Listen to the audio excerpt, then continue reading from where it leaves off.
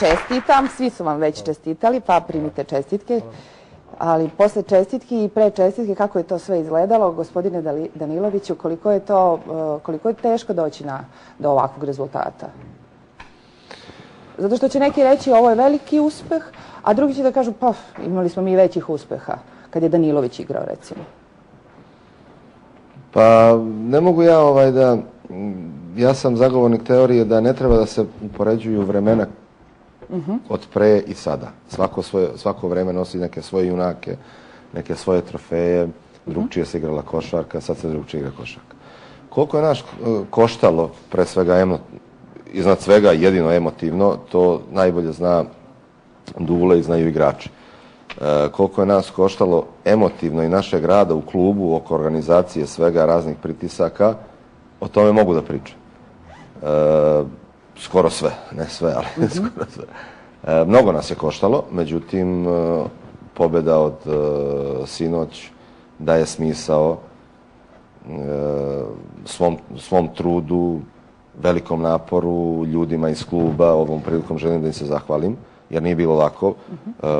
Dosta puta smo posle putovanja u 4 ujutro ulazili u klub da bi morali da se potpisuju neka dokumenta, da se vade neke vize, konkretno izraelska viza, što naravno mora u redu, ali moralo je tako da se radi.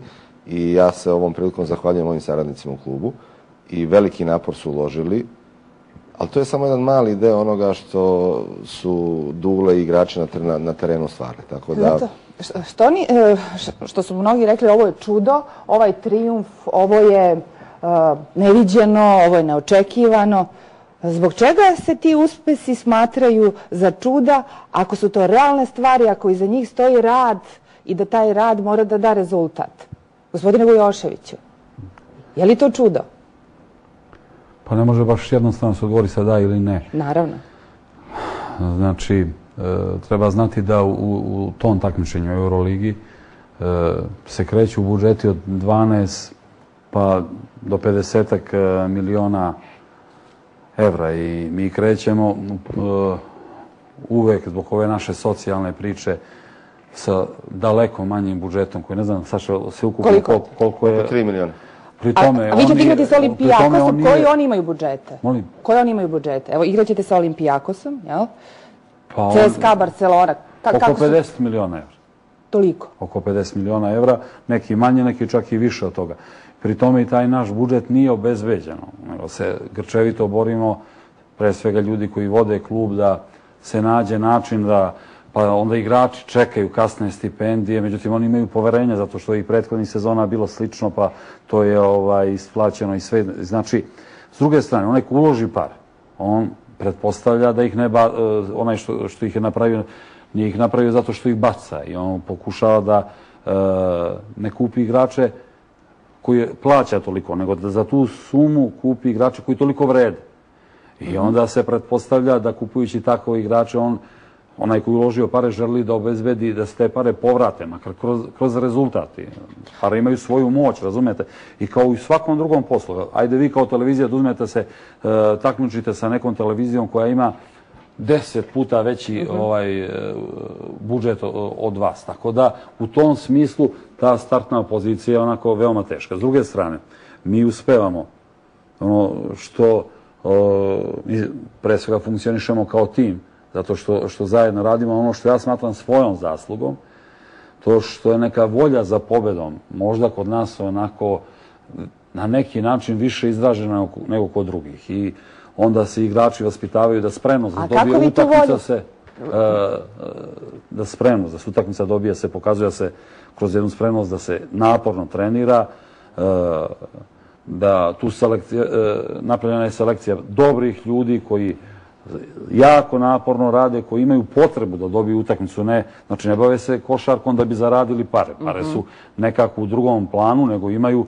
potrebu da se utakmica dobije. I šta ja znam, ja mislim da nema tu neke tajne kod Coca-Cola, pa da se... Izvinite, upravo to pokazuje da postoji tajna. Jer ako vi sada govorite u klubu koji ima 50 miliona budžeta, vi imate 3, onda postoji tajna. I ja vas sada pitam da razotkrijemo tu tajnu u onoj meri u kojoj vi to hoćete kao sve autorsko delo ili već šta da razotkrijete. Nije dovoljno samo volja za pobedom. Ako mi dozvoliš. Naravno. veliki budžet nije garancija da će da se osvoji kup šampiona. Naravno. Sve ovo što je Dule malo pre rekao za veliku volju da pobedimo, da su to pre svega dobri ljudi, da imaju poverenje u klubu, ljude koje vode klub, to je jedna stvar. Novac obezbeđuje da možemo lakše da uzmemo nekog možda boljeg igrača. To je jedino što novac obezbeđuje. Mislim, jedino. Velika je stvar. Ali novac ne obezbeđuje kup šampiona, ne obezbeđuje pobjedu. Novac ne garantuje pobjedu. Tako da mi kroz ovih 10 godina, otkako smo u klubu od 2000. godine, navikli smo na neke stvari i ta neka naša volja za rad i želja za pobjedom je nekako sazrela. Radi li Partizan u partizanskim uslovima? Pa samo jedan Partizan, sve ostalo su Nemci, tako da radimo u partizanskim uslovima. Ali dobro, mislim... Zato kad smo već krenuli tu priču, govori se da dugujete banci... Nije jednostavno u celoj zemlji, tako da nije ni nama jednostavno, ali... Ono što je u celoj priči žalostno to što mi ne tražimo budžete kao što imaju te druge evropske ekipe, nego u nešto boljim uslovima mi bi mogli da garantujemo radost, mislim da garantujemo, nema tih para koje obezbeđuju i garantuju osvajanje Euroligi. Tako je, inače bi mogla da se kupi. Ali kad bi bila neka veća koncentracija kvaliteta, znate, ipak više nismo zemlja gde može da se taj kvalitet da bude razasut na puno strana. Ne treba normalno da bude jedan klub koji ima monopol, ali ipak kad bi bila malo veća koncentracija kvaliteta i nešto sigurniji taj budžet i nešto veći budžet, opet mogla bi da se garantuje, jer ja od sutra već ne znam šta će biti, kako će biti u tom smislu nekoga daljeg uspeha. Malo nešto više prepoznavanja i razumenja, mada ne mogu da kažem da u poslednje vreme ipak ovi rezultati su oslobodili toliku količinu i radosti kod ljudi i prepoznati su i nešto se malo više pomaže, ali iskreno govoreći... Ali kako se vi inače finansirate? Kako se Partizan finansira?